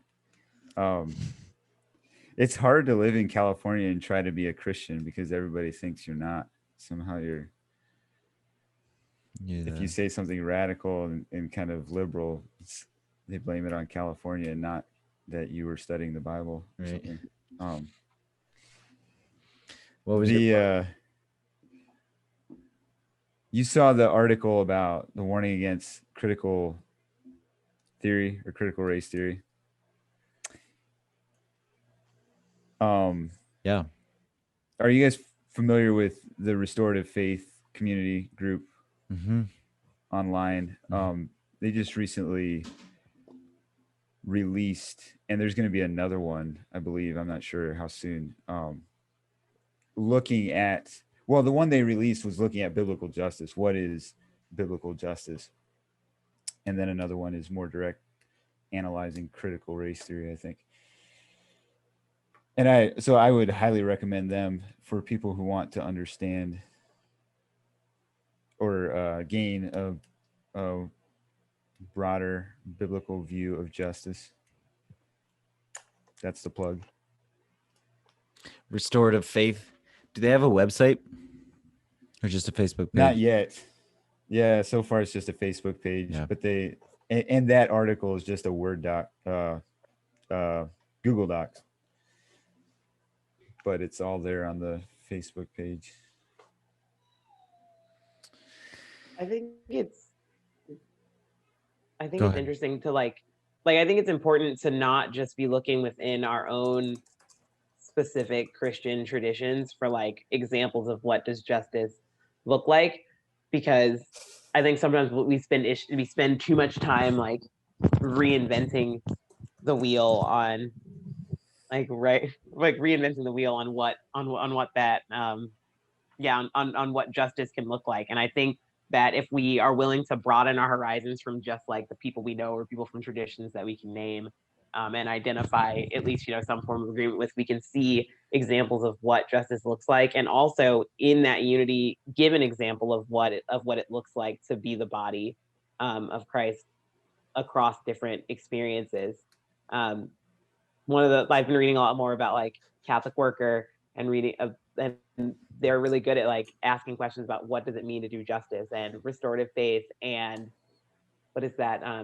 I forget their name. There's like a racial reconciliation group out of Atlanta that's generally evangelical, but just there's so many examples, and if we would just we need to be willing to learn from all of those examples to get a picture of what it looks like to do justice, because sometimes we can have blind spots about what justice looks like, but if we all are kind of looking and learning together, then we can kind of prevent those. Well, I think kind of dovetailing a little bit off what Kimberly just said, like I think sometimes I think my suspicion is that a lot of people only ever hear justice talked about in political narratives or political terms, and then so when we have a conversation about justice, then it's like, well, what are you going to do if you're not going to vote? What are you going to do about redlining, or what are you going to do about we could anything that's fairly big and major that can be overwhelming. It's like, oh, well, what are we going to do? And I personally am still processing like what is an appropriate response to some of those larger things. But there's a lot of stuff that every one of us can do right in front of us.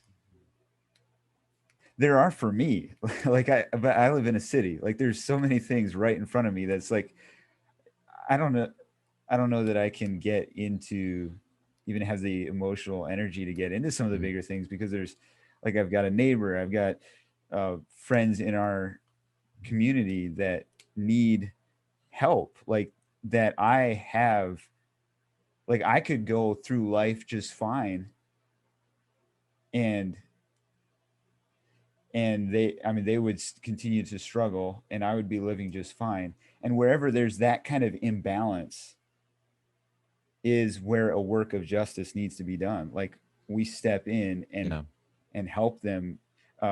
Even helping, I sort of don't like, because that kind of feeds the savior mentality. Sometimes it might, but I don't know. Does that make sense? Like what I'm saying?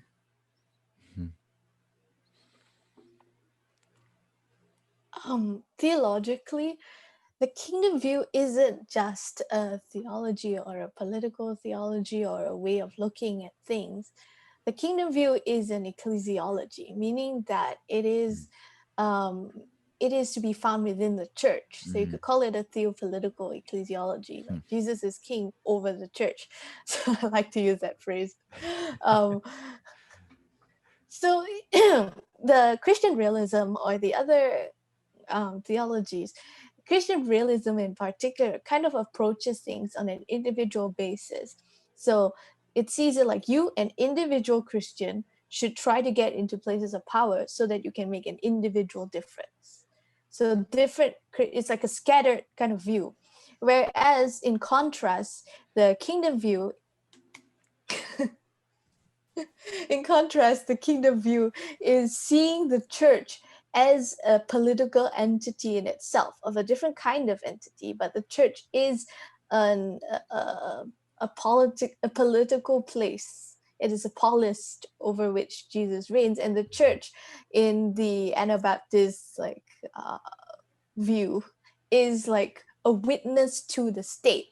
So when you build up the church as being of a sufficient witness, that like the early church, like it was literally brought to the emperor's attention.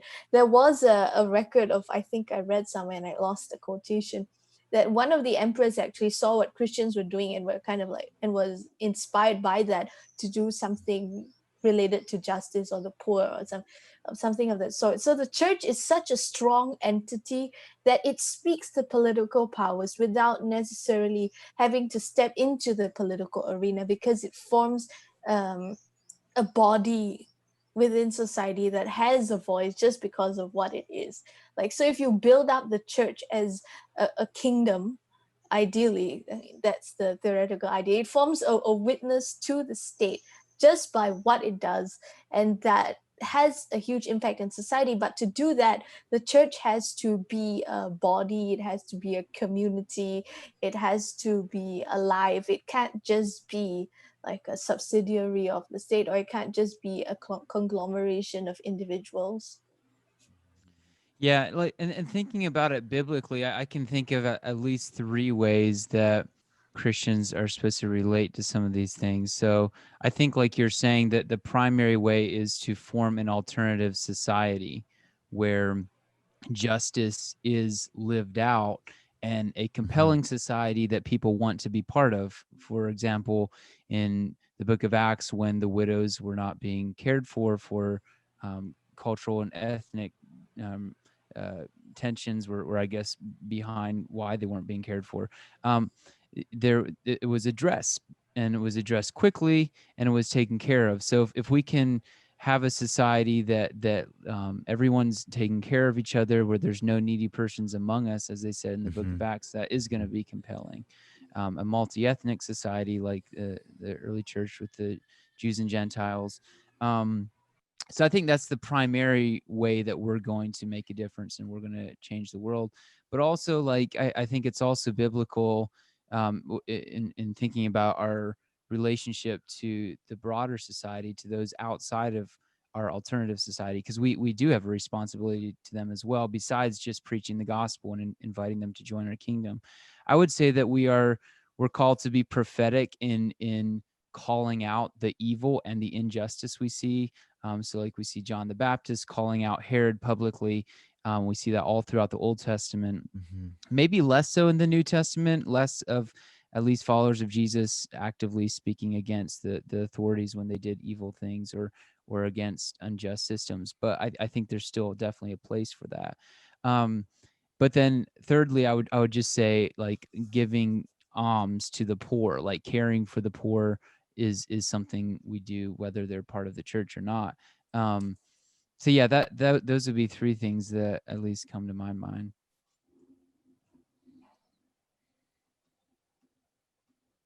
One of the things that's go on. interesting. I'll just throw this out there. Yeah, Titus mentioned maybe less in the New Testament. And what's interesting is a lot of the New Testament authors are teaching something that is maybe to the church, but it's very distinctly counter the state. So in a way, like maybe they're not speaking to Herods all the time, but people receiving the message are hearing anti, or not necessarily anti, but a counter culture, counter state message. Mm-hmm. Kind of tangentially also related to what Titus was saying about like what is our responsibility to people. I think that's kind of our responsibility as a group. But I think Jesus is really gives us really clear responsibilities about what we can be doing as an individual. Like are we willing to sacrifice? Are we willing to say, because that's a lot of the issue with that people are afraid of, is that they're being called to give something up. But Jesus has already told us that we don't have to worry about being called to give something up because we're volunteering to give things up. So if I have two cloaks, like, you know, am I giving one to the person who I see who doesn't have one? Like, am I intentionally being able to lay down my rights and my belongings and those things to do justice to my neighbor? Because those are things that I can do, you know, no matter what.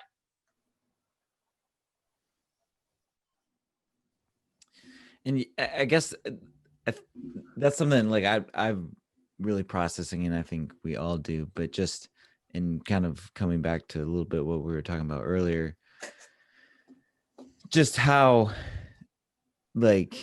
settled and used to our privilege and our comfort we as Americans are, and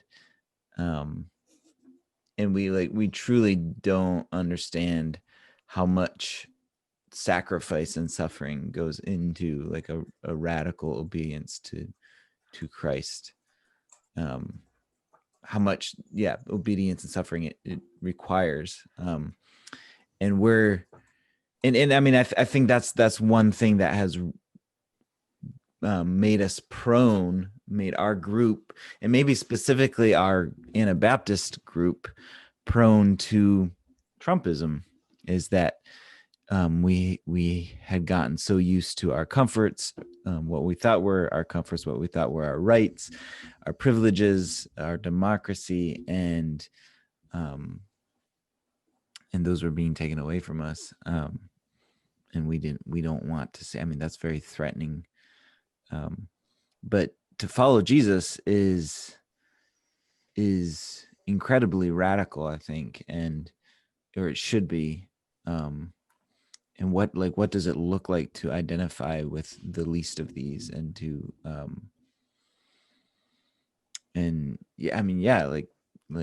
to identify with the marginalized, rather than the ruling superior class.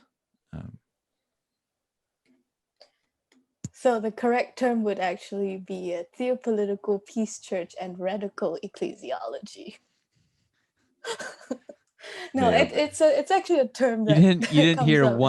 you didn't hear anything that we said since that. You were just coming up with a way to make this sound more complex. Sorry.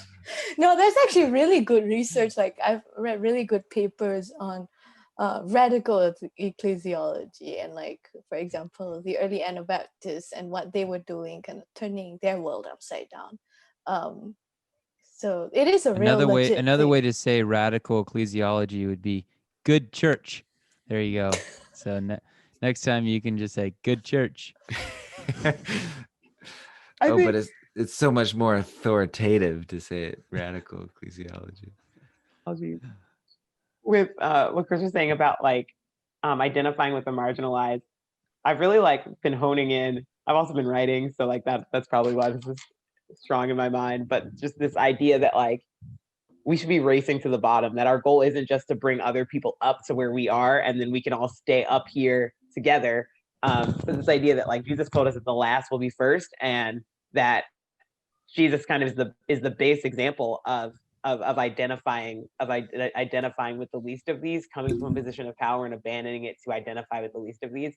And so it's not just that I want to bring people up to like where I am or where we collectively are, but that I want to like be willing to like, that I need to be willing to like lower myself and be counted as the least. And if I'm not willing to do that, then the way that I try to pursue justice is going to be skewed because I'm not willing to give up my rights. Justice is going to come when I trade my rights for the rights of someone else, not when I try to multiply my rights to be their rights too.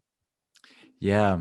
Am I right? You triggered a thought in my mind, and I don't know if I'm right or not, but like it feels like when we think of discipleship and we envision, if I disciple this person and I lead them to Christ and I teach them the way of Christ, like the result will result in them being middle class, being financially stable, being well-behaved kids and well-behaved family that dress well, or what we think is dressing well. And as I was kind of going through all of that, I was like, man, this is just middle class. Like, we just want what we think of as discipleship, or what we proclaim as discipleship, and we look at they're struggling, or they need our help or whatever. It's all about their financial status. Am I wrong in that? I get that narrative. Yeah, I think I get that a lot. I notice that a lot because people often rail against the prosperity gospel, but there is kind of an Anabaptist prosperity gospel going on in the world, in which, like, maybe it's not health, wealth, and riches, and you're going to have $2 million next year, but it's very much like, well, you'll have like a nice, quiet life. You'll have a nice, quiet life and a stable career, and like, your kids will get a good education, and they'll go on to, like, it's very much like it's basically like a tame version of the American dream as the goal. That was the foundation of a lot of the colonial era mythology. That was what they were trying to do. They're like, these are all the barbarians, these are all the backward people, we need to fix them. And so that was what missions was for a long time. And so that mentality still prevails. I was just reading in Howard Thurman's Jesus and the Disinherited, which I really recommend. It's a really good look at like rethinking Jesus.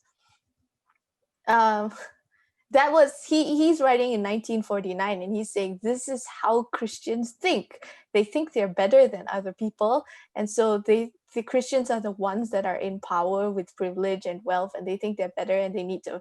The missions is like, I am trying to raise you up to be like me. Whereas if we look at the life of Jesus, it really was very different. There's something to be said for intentional but not artificial marginality, because Jesus was like, he came intentionally, he came and he was under an oppressed people living under an empire. He came in a manger. He was poor. I mean, it's not that we need to like fake these things and become like a mystic, and just live off whatever people throw into our bowls every day. But there is something about that inherent in the gospel that the church for centuries has lost. Yeah, there's also something to be said about, like, sometimes I think even in that goal, we sometimes avoid, like, I've kind of said this multiple times, like, we avoid precarity. Like, we want to be the least of these, but we want to be really stable. Like, we just we're really afraid of anything kind of shaking. And so it's that whole idea of like, well, if I have 2 cloaks and I give you one, what happens if something happens to the 1 cloak I have? And I feel that, just from a practical sense, I feel that very strongly. But at the same time, if we're going to talk about like identifying with the marginalized, one of the biggest issues with being marginalized is that like basically any single thing could like tip you over, that could tip you over the edge. And so if we're not willing to identify not only in like status, but also in actual like precarity and situation and like need to trust in the Lord, in those things, then again, we're going to struggle with feeling really fake and artificial.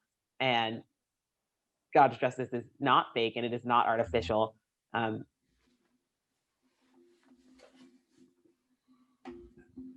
Nobody was listening to you, Kimberly. They were looking at the cute baby. I also got distracted by the baby in the middle.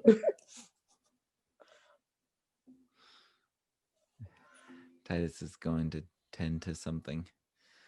Yeah, we should wrap it up here anyways. I don't know. I don't exactly know how to give it like a nice cohesive bow tie at the end.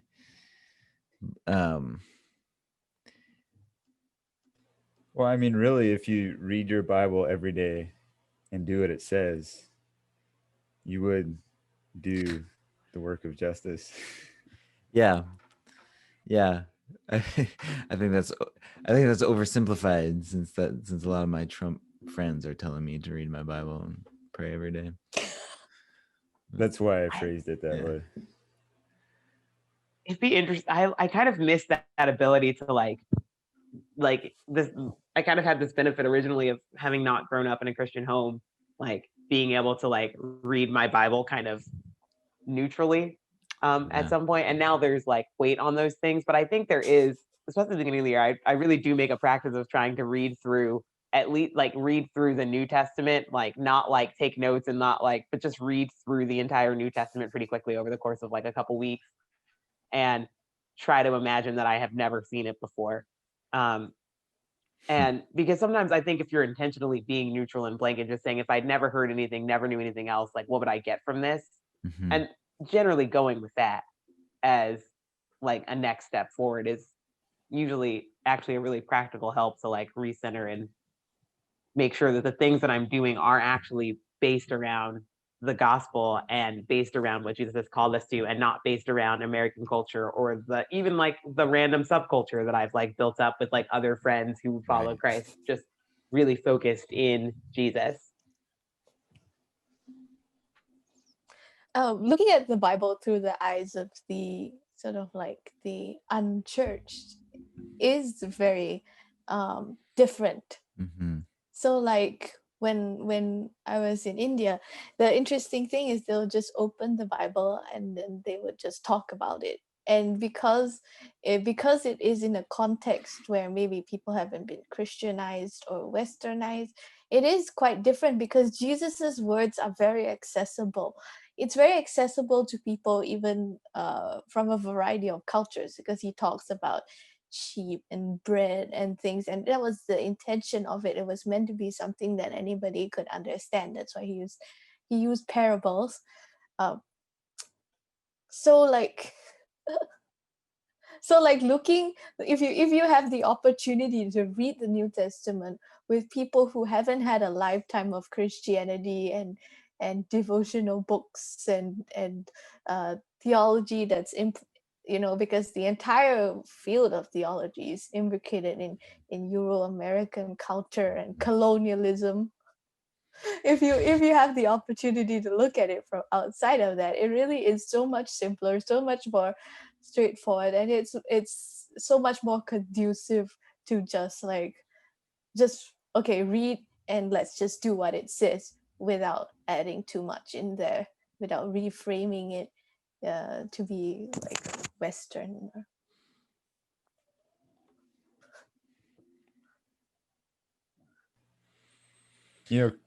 Christopher, one quick thing to help you wrap it up. You asked, what does justice look like going forward, or I forget how you worded it, but something about going forward with the Biden administration. I do think it's like one of the things that really bothered me is like there were some leaders within our circle of churches that I saw a side of them after 2016 that I did not realize was there, and then obviously, like if you compare the riots this summer, the protests, BLM protests, and what their response was to that, as opposed to what just happened on Wednesday, like it's just a stark difference, stark contrast of like very much there was spiritual darkness, demonic powers behind what was going on this summer, and then it's just, I mean, for several of them it was just complete silence, and then obviously some were even trying to put it back on Antifa or something like that. And I think it's going to behoove any of us who have spoken out about Trump to be consistent with Biden. And maybe this is, I think, Titus, I think you mentioned about speaking out prophetically. Maybe that's what you were getting at as well. But because Biden is going to be, I mean, he's maybe a less dark Trump, but he's still quite dark. Yeah. I mean, the one caveat that I always give with that is I don't see people raving over Joe Biden like they did over Trump. Like I just there's not that spiritualization of it. Okay, there's maybe a slight spiritualization of it occasionally, but like there's no, yeah. I would say that varies depending on my friends. Like, I do have a certain group of friends who would, like, that's kind of my concern is like, for them, I'm like, well, Biden is similarly misguided as Trump is. But those are the left Democrat supportive friends that I try not to talk about because people write me off then. I love those friends, by the way. And I love the people who write me off. Politicians do a lot of posturing, a lot of virtue signaling. So if you're hearing things that make you go like, yes, exactly, that's fantastic. Yeah. I can't believe he said that, or he did this thing, then you should be aware of that. Like, okay, it's a trap. In a sense, because they're saying things and they it's all very calculated. It's all meant to like portray a certain thing. So there was a letter, I think, to the newspaper or something, like an op-ed by Biden during the election, and then I know a lot of Christians were sharing it, and like, yeah, that's the same thing too. It's the same as holding up a Bible and doing a photo op in front of a church. I'm not saying that they're like there whatever, it's not that it's not an equivalence, but there is a kind of thing called posturing that people have to be aware of, and if you find yourself doing that, then that's something to be like snap out of. And certainly there's someone on Facebook somewhere in the many groups shared a song by Remedy Drive, I think, called "You're Taking My Name" or use my name, using my name. It's actually I looked it up to see if I could email them and get rights to use it at any point on the podcast, but it's like a brand new song, so I doubt I will be. But it's really good. But basically, I mean, that's what you're talking about, Rebecca, like holding up the Bible or using Christ's name, or even, religious language like Obama's promised land. And I mean, he did it quite often.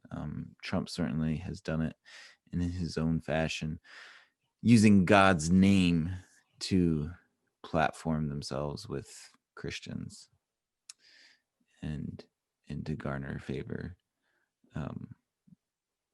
Or even causes. People can give a lot of lip service to social causes and whatever, but really the proof is in the pudding. Yeah. Well, this is, I think, probably something we could all talk about for quite a while. It's certainly not, we haven't explored it to its fullest depths. But I really appreciate you guys coming on